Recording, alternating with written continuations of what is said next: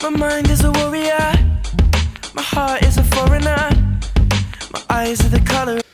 Hi, I'm Sam Bernstein. I'm a freshman at UMass Amherst, and I'm also a huge basketball fan.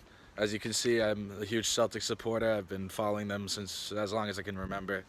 And I like to hope that every year we have a decent chance at winning the championship. However, in more recent years, teams like the Golden State Warriors and other so-called super teams have come along and basically making it impossible for us to win anything. And in my opinion, this is a problem, these super teams. I don't think they're good for the NBA, but I'm not the only one who watches the sport. I'm not the only one who supports teams, and I'm going to take it to the streets and ask people what they think of it. So before I began interviewing anybody, I wanted to give them the most prominent stances that people take on the super teams issue. And obviously there's more than this, but there are three main ones in my mind at least. The first one is that of a fan of a super team, and obviously they love the whole idea. Their team's winning the championship, everything's perfect, their team's dominating, and they love it. The second one is that of an opposing team's fan. I'll use myself again as an example. As a Celtics fan, I love to hope that we have a chance at winning the championship, and I root for them all season, and then even if they were to reach the championship, I know that we're running into a super team, and it's almost annoying in that sense, because we basically have no shot at actually winning. And then the third stance is less common, but it's still definitely out there, and it's much more interesting than the other two. It's very similar to the steroids issue in baseball, where some people actually take the stance where they think that players should be allowed to take steroids because it makes the game more interesting, and they're like, why not let people be as good as they can possibly be and let them hit insanely far home runs, throw incredibly fast. It's similar to that in the sense that people want to see teams become as good as humanly possible and as dominant, and they find great interest in that and watching those teams play. So those are the kind of the background that I kind of gave everybody before I interviewed them, and I let them take their own stance. So first question for you, what do you define as a super team? Well, in the NBA, I think because the teams are so small, there's only 5 on the court at a time. Any team with probably like multiple all-stars, like players of a high caliber, like all NBA kind of players, like on the same team, and probably weren't all drafted to that team. That probably were acquired like trade or free agency or something like that. What do I define as a super team? To me, a super team is a team that consists of 3 or more superstars, and what I mean by superstars are athletes that can pretty much average more than 20 points a game and just consistently help their team in any way they can. I think a super team is just a team that undeniably, beyond the fact that it just controls the league. Controls the league. Like every year they're gonna win. Yeah, and most other teams don't have a chance at it. Yeah, they don't have a chance. Yeah.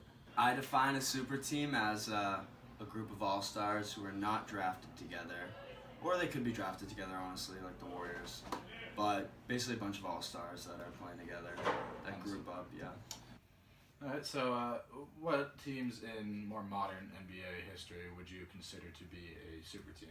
Well, if we're talking like, in the 2000s era, I'd say like obviously like Shaq and Kobe Lakers, like back in the day, definite super team, like won 16-1 in the playoffs, like something like that. I think that really defines a super team.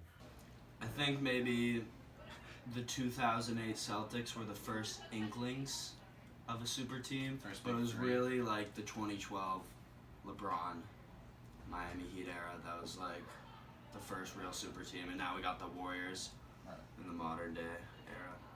Obviously, the recent stretch of the Warriors, that seeming like a dynasty super team, a lot of all-stars there. The Cavaliers with Kyrie and LeBron. The maybe 2008 Celtics could like be included in there. They definitely started the kind of like big three. Yeah. So, just off the top of my head, those are a few super teams, I'd say. All right. Do you think that these super teams are ruining the NBA? I don't necessarily think that they're ruining the NBA. I think that they're changing the NBA. What do you mean by that? What I mean by that is the NBA won't be ruined by super teams being created. People will still always watch, and I don't think necessarily it's ruining it. I think it's just everyone wants to win a championship now, and back in the old days, it was stay on your own team, Right. win a championship the hard way, and now it's like, all right, I'm DeMarcus Cousins, where am I going to go? I'll go to the Golden State That's Warriors, true, like but that way. that's what I think. Do you think that these super teams are ruining the NBA? I'd say so now. Like at this current point in the NBA, I think so. Like at least, in the earlier years, besides Shaq and Kobe Lakers, like they were a really really dominant team. But that was like 3 years and they broke up, so it seemed more okay. Versus they didn't get better and better like these Warriors are right now. With the addition of Yeah. DeMarcus Cousins. Oh yeah, and then Kevin Durant and like following season, they just kept getting better. Exactly. It just kind of makes it when you're starting the season be a little trivial to be like, oh, my team's got a shot. Like, I love OKC, but we're probably not going to win the championship this year. Exactly, It does make it sour for sure. Do you think that these teams are ruining the NBA? I don't actually think they are. You don't. No, because I think that like if anything, it just creates drive for other teams to like literally beat them, and it just makes really good games. You know what I mean? Unless like your team sucks, and then it's just a blowout. Right. Yeah. It's an interesting take. Because it does create really interesting storylines, like who's going to be the first one to topple this super team of the Warriors. The Rockets almost did it. That would have been a crazy storyline. And so not really. Do you have any potential solutions then to this problem? Yeah, I think like especially with what happened this offseason with DeMarcus Cousins signing for like the veterans minimum when he is not a minimum salary player. He is an all-star of superior talent and just makes it totally unfair. Granted, he's coming back from an injury, but with how the Warriors roster was already, it just really sucker punched the league in the gut and just kind of took a lot of the competitive feel out of the whole game this year especially.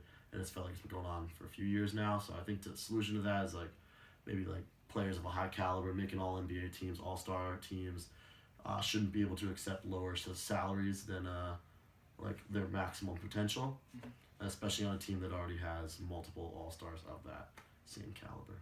Alright, so I think that I heard earlier that what you do is the NBA commissions like the best teams the best players in the league, and then those players can't play on the same team. So identify the top Identify the players. all-stars, like the all-star game. That's actually something that was like valuable. Right. And like all of those players can't be on the same team. Makes sense. Like you literally like the all-star game could literally be the Warriors versus the East. Yeah. That That makes sense. could actually be it. Very true. I mean, their lineup consists of 5 All-Stars, 2 former Literally the MVPs. USA team could be the Warriors. Exactly, yeah. A potential solution would be to make like a committee or something and only allow some to happen and not let it get out of hand. Okay. So they watch over where people go. But Pretty much they already have it in place, like cap salaries and stuff of that nature.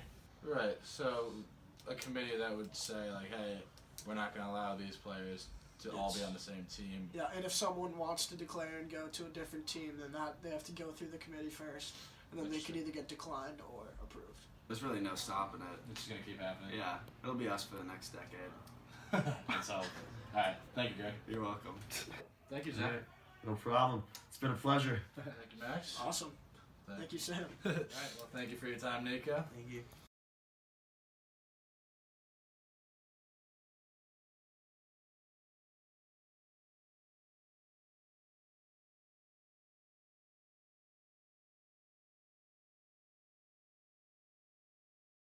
Do you think that these teams that I described to you would be bad for the league? Or is it something that's very interesting to you? Do you think that would increase viewership?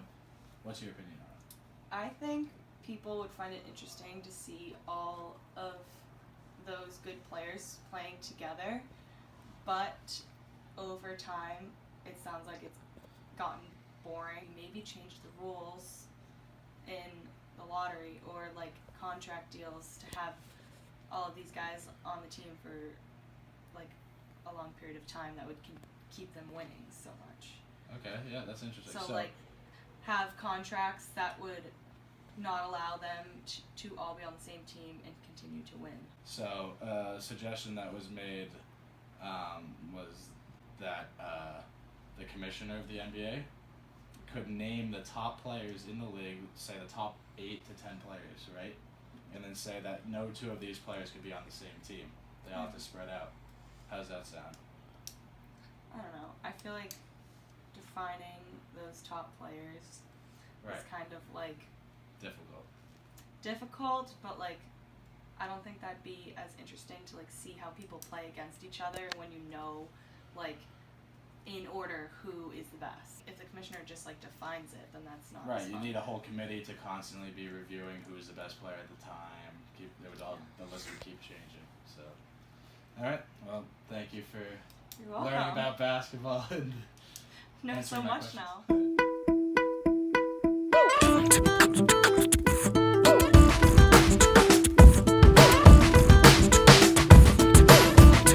Now I'm in town, break it down, thinking of making a new sound, playing a different